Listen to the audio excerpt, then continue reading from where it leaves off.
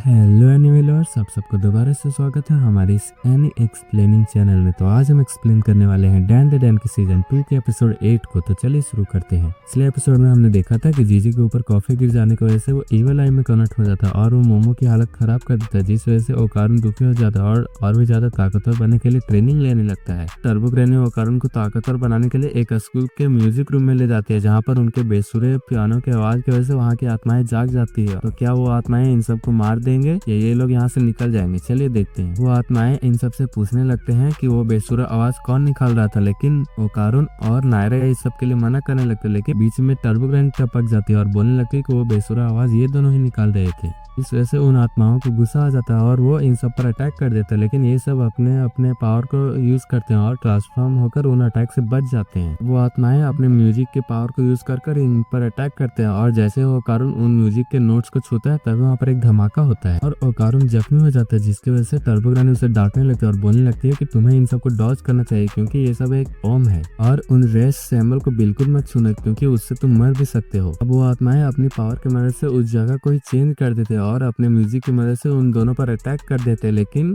ओकारुन और नायरा अपनी पावर की मदद से उन सभी अटैक को डॉज करने लगते हैं। लेकिन ओकारुन दोबारा से एक नोट्स को टच कर लेता है, जिसकी वजह से वो दोबारा से जख्मी होकर दूर जाकर गिरता है। तब उन म्यूजिक का कंडक्टर म्यूजिक को तेज करने के लिए बोलने लगता है और उन पर अटैक कर देते हैं, लेकिन आयरा उन सभी अटैक को आसानी से डॉज कर रही होती है, जिसकी वजह से ओकारुन भी सोच रहा होता है कि आयरा तो काफी ताकतवर है, वो उन अटैक से आसानी से बच रही होती है। इस वजह से टर्बो ग्रैनी ओकारुन को डांटने लगती है और बोलने लगती है कि ये समय उसकी तारीफ करने का नहीं है, बल्कि तुम्हें भी इन अटैक को डॉज करना होगा। अब नायरा अपने बालों की मदद से उन आत्माओं को पकड़ने की कोशिश करने लगती है, लेकिन वहाँ पर बहुत सारे नोट्स होने की वजह से वो उन आत्माओं को नहीं छू पा रही होती है और एस सैम्बल ओकारुन को टच कर जाता है, जिसकी वजह से वो वहीं पर रुक जाता है। वो आत्माएं बहुत सारे नोट्स से ओकारुन पर अटैक कर देते हैं और आयरा पर भी अटैक कर देते हैं, लेकिन आयरा किसी तरह वो नोट से बच रही होती है। इस वजह से ओकारुन दोबारा से नॉर्मल हो जाता है और बोलने लगता है कि आयरा तो सच में कमाल है, लेकिन मैं तो बहुत ही ज्यादा कमजोर हूँ। मैंने सोचा था कि मैं ताकतवर अपोनेंट से लड़ाई किया हूँ, जिसकी वजह से मैं भी थोड़ा ताकतवर हो चुका हूँ, लेकिन मैं बिल्कुल भी ताकतवर नहीं हुआ हूँ। इस वजह से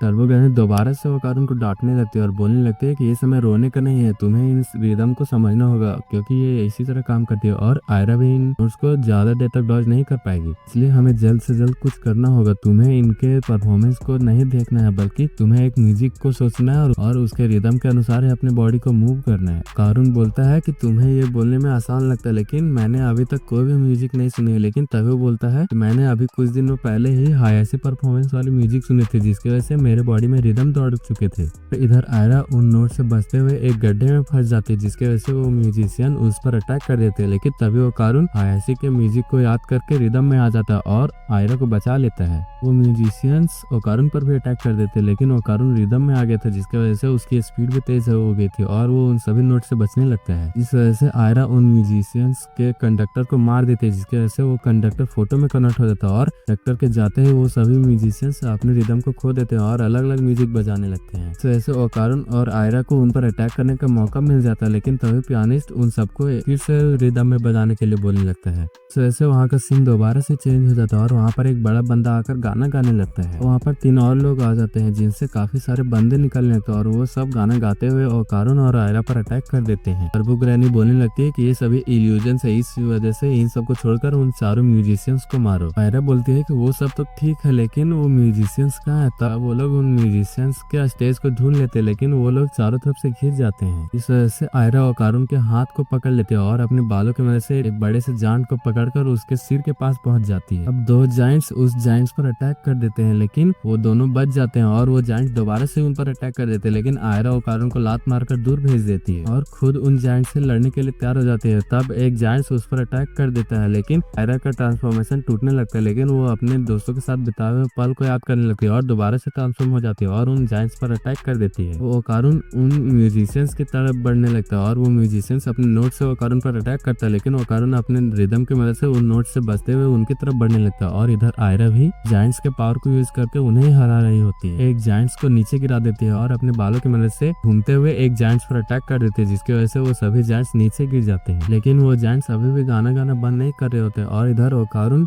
उन सभी नोट से बचते हुए जा रहा होता है, लेकिन तभी रास्ते में कई सारे छोटे छोटे बंदे आने लगते हैं, लेकिन ओकारुन अपने रिदम की मदद से उन सभी को मारते हुए आगे बढ़ने लगता है। तब टर्बोग्रेनी बोलने लगती है हमें जल्दी आगे बढ़ना होगा और उन पांचों को हराना होगा, लेकिन ओकारुन बोलता है कि मैं 2 बारी फुल थ्रूटर्स का यूज कर सकता हूँ, तो मैं इन पांचों को कैसे हराऊंगा। तो टर्बोग्रेनी बोलती है तुम्हें पर पीक 5 चेसिस का यूज करना होगा। तब वहाँ के नोट्स उनके तरफ बढ़ने लगते हैं। वहाँ के नोट्स को देखकर ओकारुन को समझ में आ जाता है कि उसे एक बीट में 5 स्विचेस को कैसे यूज करना है, और वो अपने रिदम को बढ़ाकर तेजी से उन म्यूजिशियंस की तरफ बढ़ता है और एक ही अटैक में उन पांचों म्यूजिशियंस को हरा देता है। इस वजह से वो म्यूजिशियंस दोबारा में फोटो में कन्वर्ट हो जाते हैं और ओकारुन और आयरा दोबारा से म्यूजिक रूम में आ जाते हैं। वो ओकारुन आयरा को थैंक्स बोलने लगता है, क्योंकि उसी की वजह से वो आज ये सब कर पाया है, जिसकी वजह से आयरा उसका थैंक्स सुनकर फ्रीज हो जाती है। लेकिन टर्बोग्रेनी तो अपने चौड़ में बोलती है कि ये सब तुम लोग मेरी वजह से कर पाए हो, इसलिए मेरा भी थैंक्स बोलना चाहिए। लेकिन आयरा उसका मजाक उड़ाने लगती है, जिस वजह से उन दोनों के बीच दोबारा से लड़ाई स्टार्ट हो जाती है और वो दोनों लड़ने लगते हैं। वो ओकारुन टर्बोग्रेनी का भी थैंक्स बोलने लगता है, क्योंकि उसी की वजह से आज वो इन सब चीजों को समझ पाया। लेकिन टर्बोग्रेनी बोलती है कि ज्यादा हवा में मत उड़ो, क्योंकि तुम अभी सभी कुछ ऊपर से समझता हो और मेरी पावर तो इन सब से काफी ज्यादा है। अब आयरा टर्बोग्रेनी से उन फोटो के आत्माओं के बारे में पूछने लगती है, तो टर्बोग्रेनी बताती है वो बस एक विचार है जो डर की वजह से अपना शेप बदल लिया था। बताती है कि अगर वो लोग 2 बजे आकर पियानो बजाएंगे तो वो आत्माएं दोबारा से वापस आ जाएंगे, और उन्हें एक बात का ध्यान रखना होगा कि वो अगर उन आत्माओं से लड़ते हुए मर जाएगा तो वो लोग रियल लाइफ में भी मर जाएंगे। इस वजह से ओकारुन और आयरा यहाँ दोबारा वापस आने के लिए मना करने लगते हैं। लेकिन तभी आयरा टर्बोग्रेनी से पूछती है कि तुम्हें इन भूतों के बारे में कैसे पता है। टर्बोग्रेनी बताती है कि वो इसलिए क्योंकि मैं हमेशा तुम लोगों को मारने के बारे में सोच रही होती हूँ, लेकिन तभी वो गलती से पियानो के पर